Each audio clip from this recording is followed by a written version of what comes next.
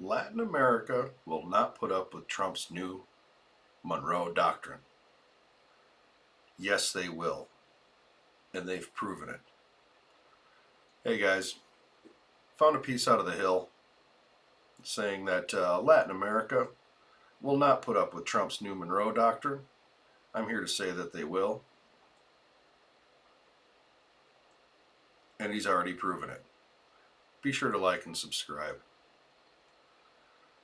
This is a piece out of the Hill, and it talks about the new Trump Monroe Doctrine, which this channel has been talking about now for weeks. Check the playlist. And how Latin America will not accept it. It talks about how the deportation of people on military planes is degrading and all this other garbage. I want to highlight this one part.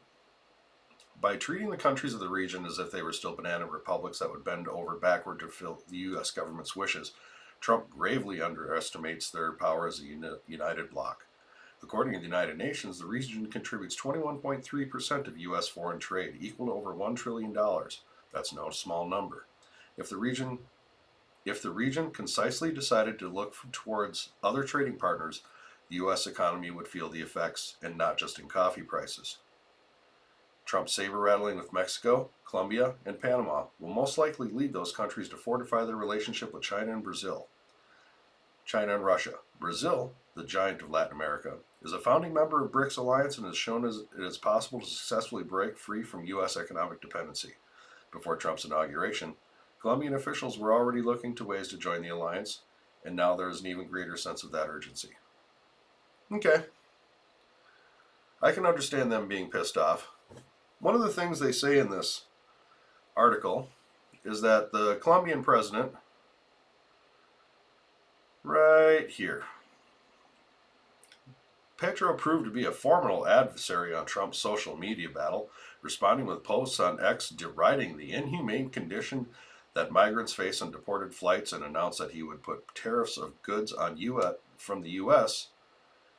In one particularly long post, Pedro said that he'd find traveling to the U.S. boring. Well, that post is this. I'm not going to go through the whole thing because it is incredibly long, incredibly rambling, and nonsensical in many, many ways. I'll of course link it so you can see it. But this is a rambling, incoherent diatribe of diarrhea. It really is. In it, and yes, I've read it, essentially, the basis of his argument is that Trump sees him, that Trump's a racist. That's basically what he comes out and says.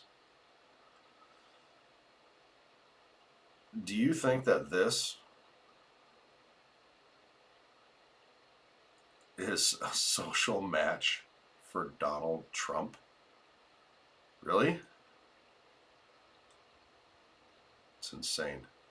So, these strong Latin American countries, Mexico, Panama, Colombia, will not kowtow to Trump. Will they? Well, President of Mexico announced more than 4,000 people were sent to her country during Donald Trump's first week in office. Mexican President Claudia Sheinbaum has announced that her country has received an estimated 4,094 people deported from the United States in the week since Donald Trump took office there. That number includes citizens from other countries. But wait, they were standing up strong and tall. I mean, screw you, Trump. But that seems like a cave to me.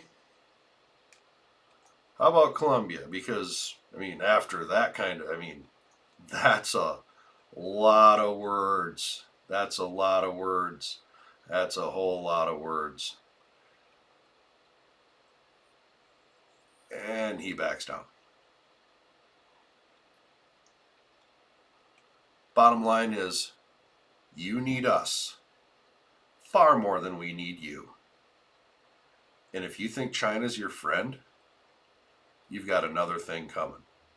I know you're looking at the United States right now saying, what kind of friend are you? We just want you to take back what's yours. That's it. Take back what's yours, and then let's coexist. That's not a big ask. Take back what's yours, and then let's coexist. You can coexist under the umbrella of protection of the United States as long as you follow these guidelines. Do you think that a country like China or Russia would hesitate to come in and take over? Put troops in there?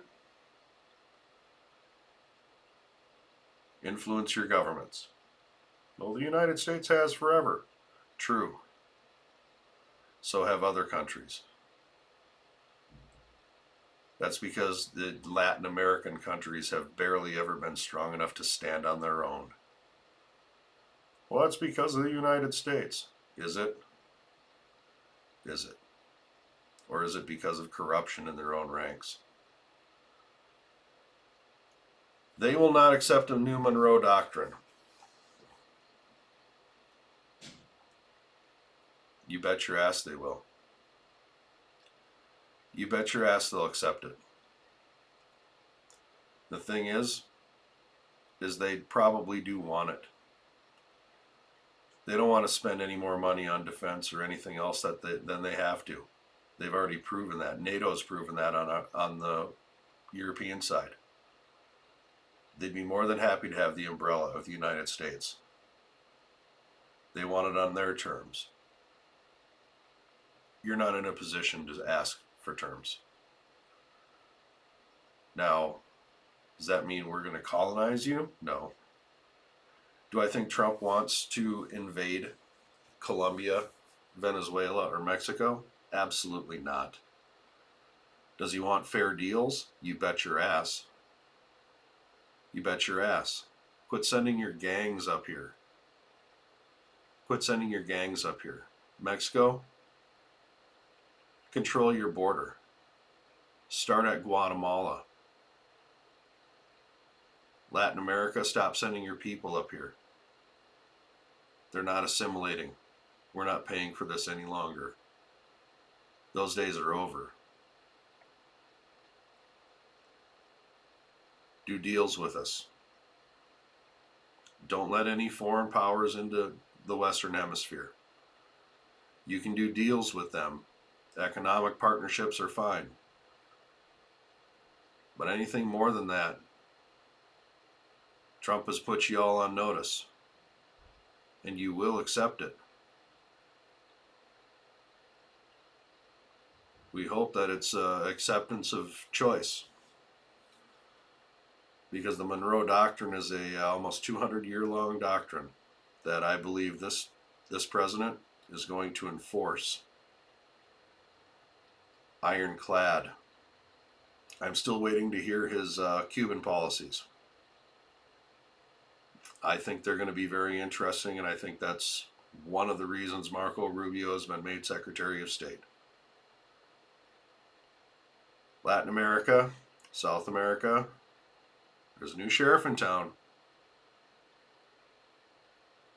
You may not think you're going to put up with the new Monroe Doctrine, Mr. Martinez. I assure you, you will.